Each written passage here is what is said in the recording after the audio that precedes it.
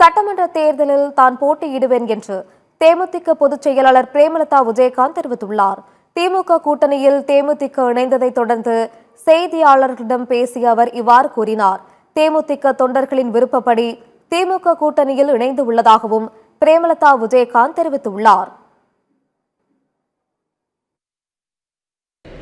பழம் நழுவி தேன் கலந்த பாலில் இந்த முறை விழுந்திருக்கிறது. இன்னைக்கு எங்க அத்தனை மாவட்ட செயலாளர்கள் ஒட்டுமொத்த கழகம் இன்னைக்கு விரும்பியது திமுக கூட்டணியே இந்த முறை.